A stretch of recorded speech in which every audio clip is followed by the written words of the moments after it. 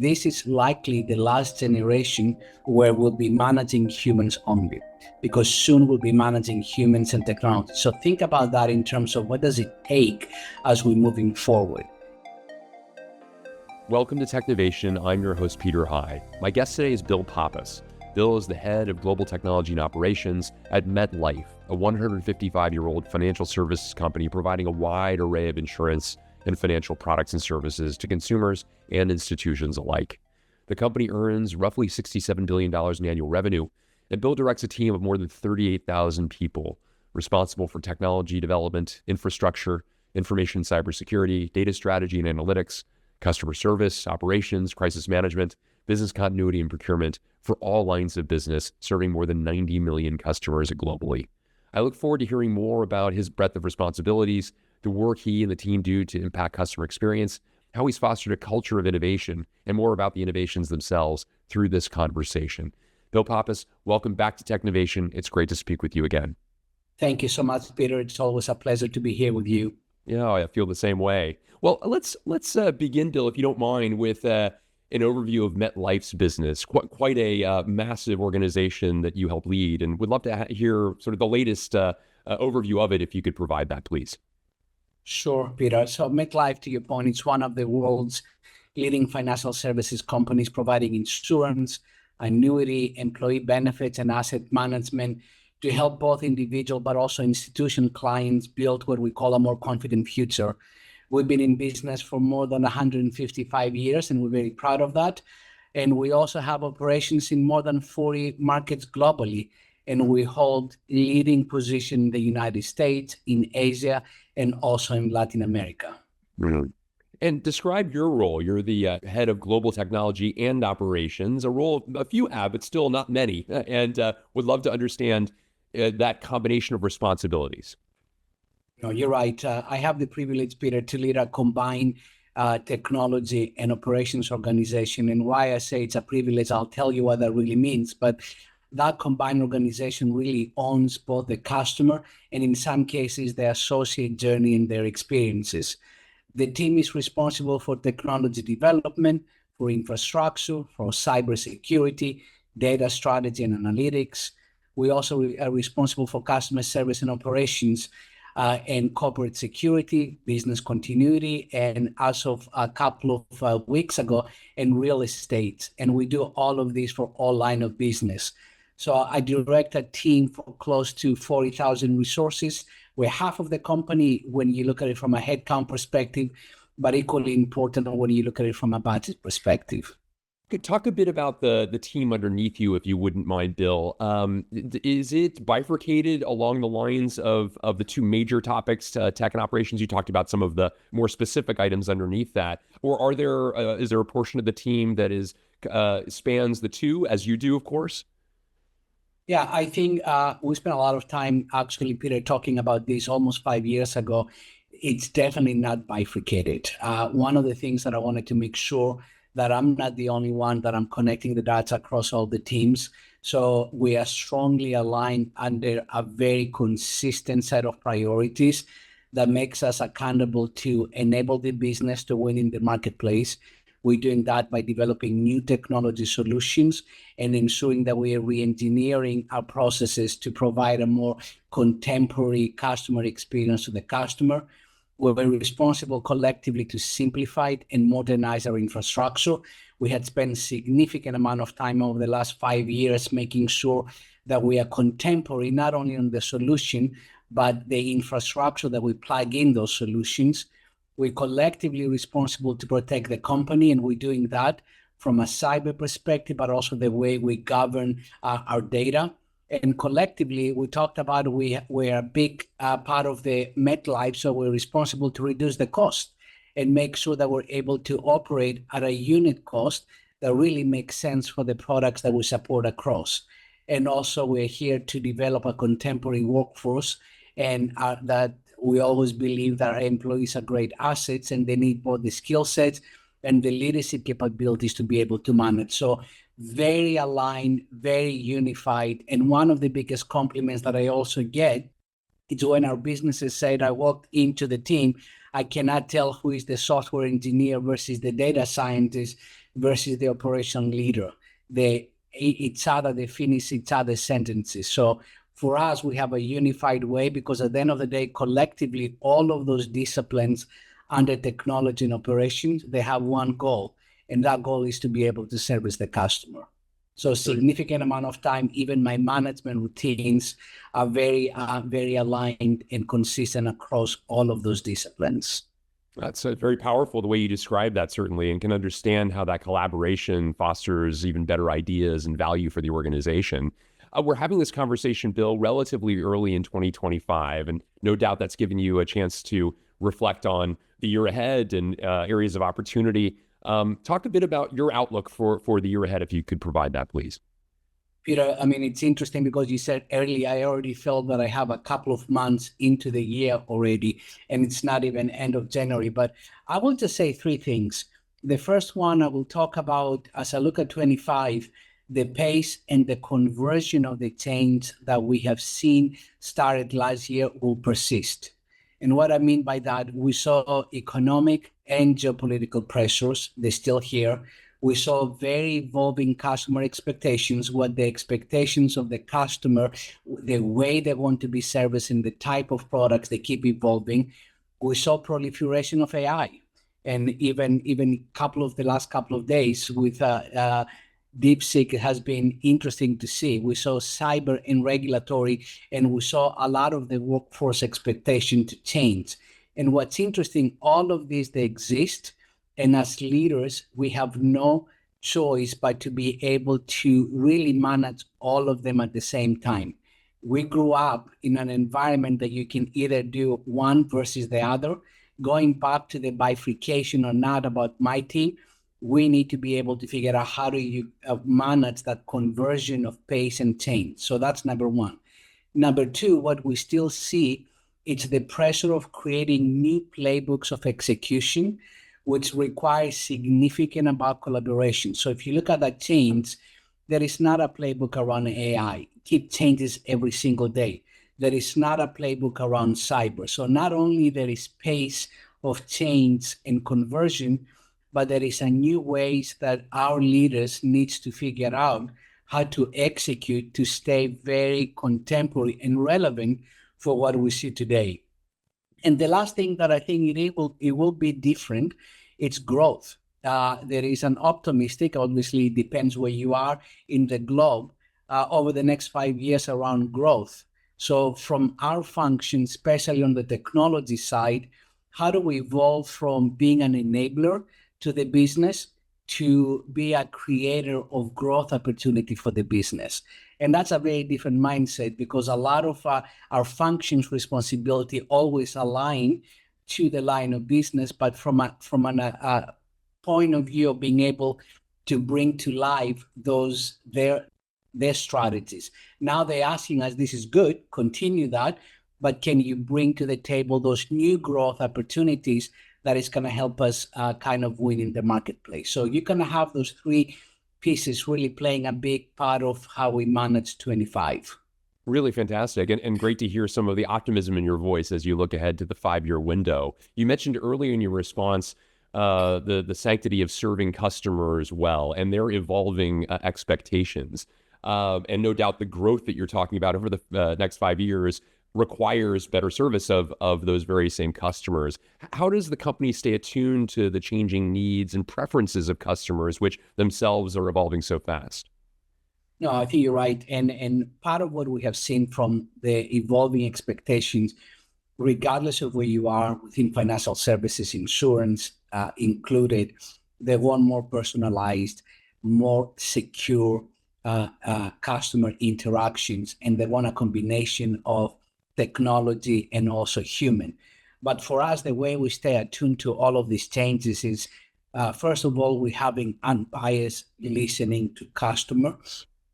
And for us, it's a top priority. And I will underscore the word unbiased because sometimes it's hard to listen to tell you what are the things that they don't go well as kind of emphasizing the thing that they like. And we do that through measuring RNPS, which is the relationship kind of scoring the way that our customers will or will not recommend us to somebody else.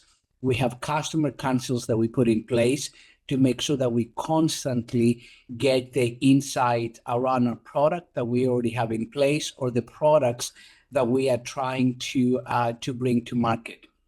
The second thing is stay in tune with the environment and the trends. Understanding technology trends, it's kind of a consistent kind of headline, but I'll go back to the pace and the change, especially with the proliferation of AI and all those emerging technologies. Things are changing really, really rapidly. So understanding what's out there, understanding the maturity, but most importantly, understand how those emerging technologies and those trends really operates within your own ecosystem and making sure that you're able to bring those things to life.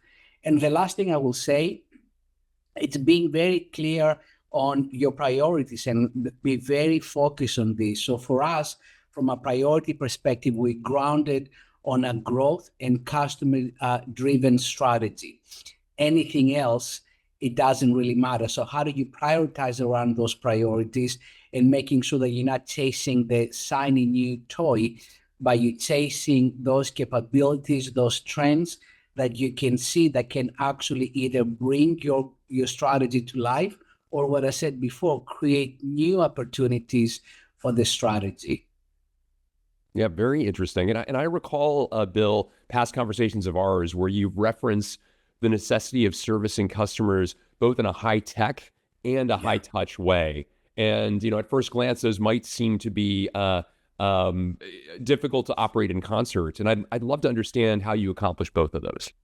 Yeah, and I think we started and we talked about high tech, high touch almost 5 years ago. And I can tell you, Peter, that the pandemic, it's actually supported our approach on that. And what we are hearing from the customers, they want to be able to service the way they want to be serviced, not the way that we want to service them, and has been very consistently talking about automate the transactional nature of those interactions, but be there for me when it matters the most.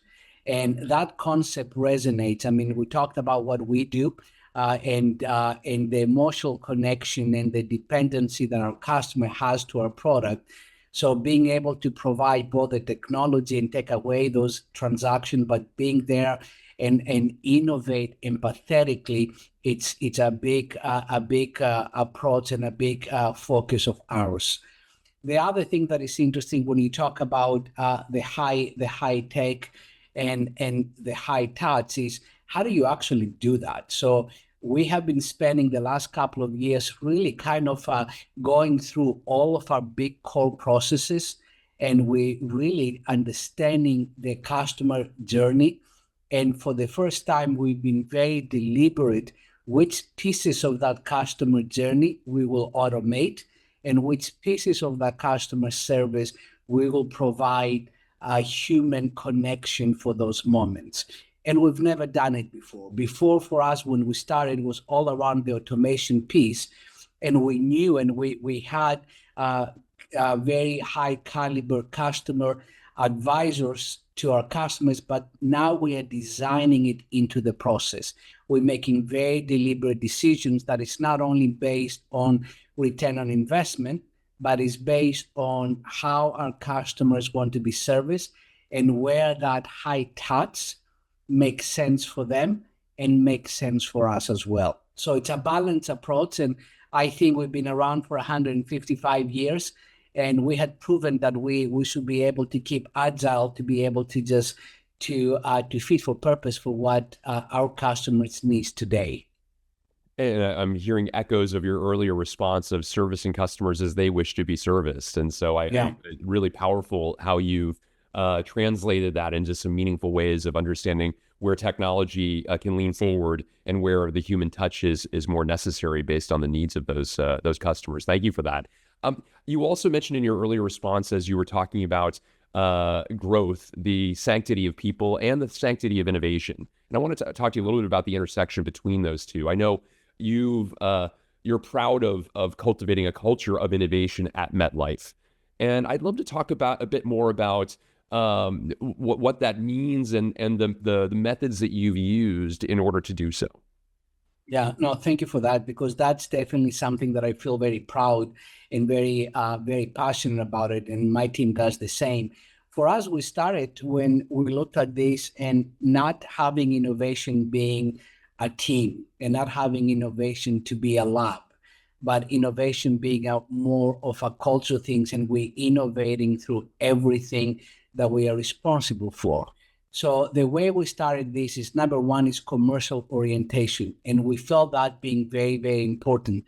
I keep talking about a 155-year-old company. So one of the things that we had been able to demonstrate by being around for 155 years company is that commercial orientation, understanding what the customer needs and being able to appropriately adjust to provide exactly that. So one is that customer orientation, and everything that we do, making sure not only we understand how our processes work, how our capabilities work, but who else is doing what, and how do we compare and contrast, and how do we really push our thinking. The second thing is, which is not an easy one, especially for the last 15 months, is keeping up with the technology and the customer trends. And definitely on the technology side, we have seen the pace of what's coming in and the maturity and the applicability of that. It's something that we had to become a lot more consistent of being able to capture it. So we're not specifically asking people, make sure that you're up to speed with what's out there, but we created a team in this time that we are very consistently scan the market. We are talking to all the right big and small and everything in between companies that they innovate, and making sure that we take that back and we understand how those emerging technologies may be applicable into our own ecosystem, and for what. Not for the sake of the tools, but for what. So what is the customer trends to be able, that we're going to be able to use that technology. And the last thing I think is we foster industry collaboration to promote education and awareness across our leaders. And I think that's very important. We talked about pace, we talked about change, and we talked about a need to develop new playbooks of execution. So collaboration, not only within your own four walls, collaboration within the industry, it's going to be very important, because you cannot use the playbook, so you need to figure that piece out. So for us, we do a couple of things. We're running annual hackathons. Last year, we had more than 3,600 registers across every single line of business, and we had 350 teams really working on all of that commercial orientation that we brought in the customer trends. And what the task for, what is it that you can do to be able, utilizing the new technology to really keep us more competitive in the marketplace. We're also making sure that we are inviting and we are kind of structuring conversation across our industry. You know that we have in the US, our biggest technology center, it is in Cary, North Carolina, and we consistently are able to gather are the biggest. We did the last year are 8 technology employers in that triangle area. Think about IBM, Cisco, Dell, and everybody else, to discuss AI, how they're impacting the business, how it's impacting the talent, and how do we collectively think about that. The second time that we brought the STEM programs and the biggest universities and colleges in the area to really discuss how we actually train a new generation around AI. So a lot of that collaboration, very important for us. We're learning from our business partners, we're learning from our competitors, and making sure that we have the right talent to be able to fuel our workforce going forward. And last year, we also partnered with nonprofits. We announced the North Carolina and MetLife's Center for Technology Workforce Innovation, which is a collaboration to work across the state with all of the technology companies and NC Tech, which is the nonprofit, to figure out how do we keep ensuring that we have the right skill set and the right leadership for the future. So bringing together all that diverse perspective and expertise, it's not only helping us to be able to have a commercial mindset, but is pushing us internally to ensure that we are able to create the innovation and understand what innovation means throughout all our processes. Incredible. Wow. A remarkably rich answer there, and many things clearly that are coming together to foster that culture of innovation. Not so surprisingly, Bill, artificial intelligence has come up a few times in this conversation already. And I'd like to double click on that a little bit further and talk a bit about what you're seeing from an AI perspective and its ability to impact innovation, both for MetLife products and services. Yeah, I will say, Peter, that emerging technology, specifically AI, it's an opportunity of a lifetime. And a year and a half ago, as we looked at all of this, was very new. So we took a very measured, but also very deliberate approach with MetLife. And one of the things that our CEO, Michelle Calab, did, made sure that everybody understood AI is not a technology opportunity or issue, it's a business opportunity. So he personally have been championing our ability to understand what those emerging tools look like, our ability to make sure that we understand its applicability within our business, and quite frankly, making sure that we spend significant amount of time ensuring what is the path to value for those tools. So for us, what we have done, it's exactly that. So we had a very deliberate approach to make sure that we understand what's available in the marketplace and the maturity of what's available, number one, and we knew that the maturity is gonna improve.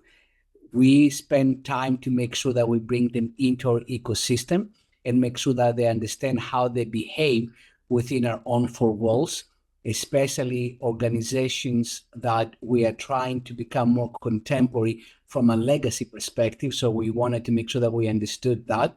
And also we wanted to make sure that we understood how do you do all of this responsibly and what are the risks associated with AI. So understanding what's out there, understanding how they behave into your own ecosystem, and understanding how you're going to be able to do that while you're securing your company and your customers. The second thing, we spent a significant amount of time, it was around path to value. So we talked a lot about this is not to prove that the tools work.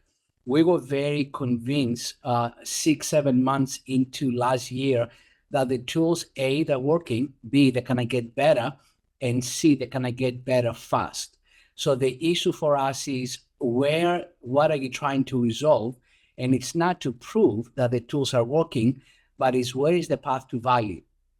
And for us, the path to value was through a big core processes. So at the same time, we start assessing our biggest core process. So think about insurance, claim, call centers, the way that we are deliver technology from an associate perspective, our technology engineers, how do we make sure that not only we are making those customer journeys more contemporary, but fueling them within AI.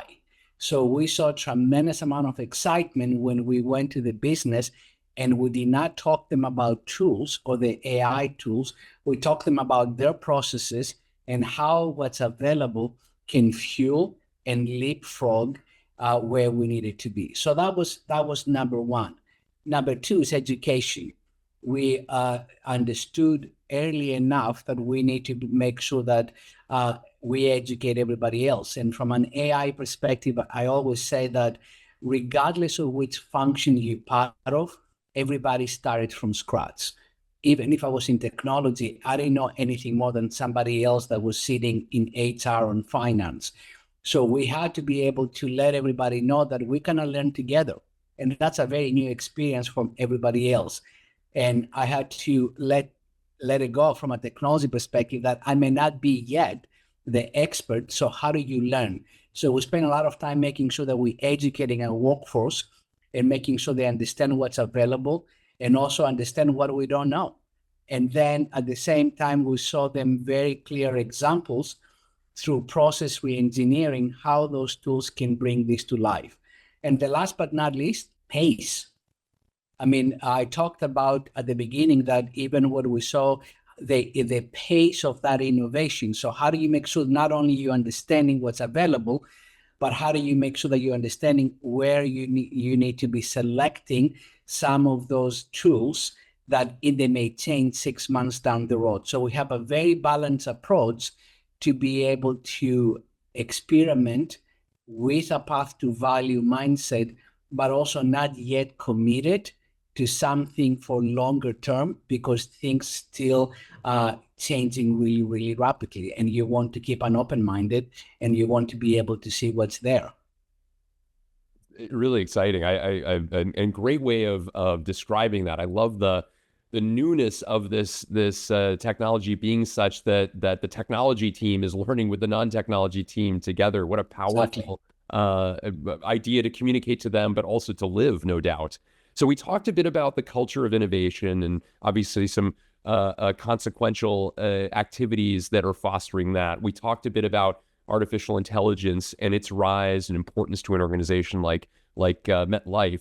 Now there are a variety of skill sets that are newly needed. Granted, perhaps just extensions of what was already there, but important extensions to say the least. I want to talk a bit about what you and the team do to ensure that your team is equipped with the latest skills and capabilities to be able to breathe life into what you just described. No, and that is by far, Peter, for one of the most important questions, because just to put it into context, and the question that you just asked today, if I look at my workforce, I have 5 generations in my workforce, and I'm not unique. I think it's the same across the industry. And this is likely the last generation where we'll be managing humans only, because soon we'll be managing humans and technology. So think about that in terms of what does it take as we're moving forward. And for me, what it takes, 3 things. Number one is the technical skills and making sure your ability, have a workforce that is has the ability to learn, unlearn, and relearn new skills at scale. So that's number one, and learn those technical skills, not from a technology perspective only, but learn those technical skills regardless of where you are in the organization. We using obviously Copilot from Microsoft, and we have them across all different personas to be able to ensure that they learn, when people get comfortable, how they're using that to be able to increase the productivity. But how do you do that at scale? And how do you cultivate a level of confidence that people can learn, unlearn, and relearn? And it's very hard to unlearn some of the stuff that made us successful so hard. Number 2, I won't underestimate the soft skills that we need. Critical thinking, problem solving, flexibility, time efficiency. I think this will be as equally important as the technical skills that our managers and our leaders need to have. And the last thing I will say is the whole leadership aspect. And we have been spending a lot of time at MetLife, which I'm assuming in any other company. But for me, I always say what it takes to lead today, it's very different what it did even 6 months ago. So how do you manage the 5 generations? How do you manage a hybrid workforce that not only hybrid from the way we work, but hybrid between humans and technology?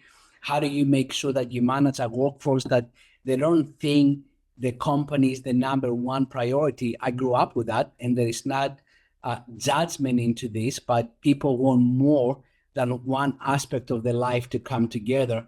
And how do you manage all of this? And making sure that not only you have the skill set and the soft skills to be able to deliver for the customer, but to energize, to inspire, and quite frankly, to be able to attract. And what the workforce needs today, it is a lot more, a flatter infrastructure. I always talked about it. I used to sometimes reminisce when I will say something and the team will do it.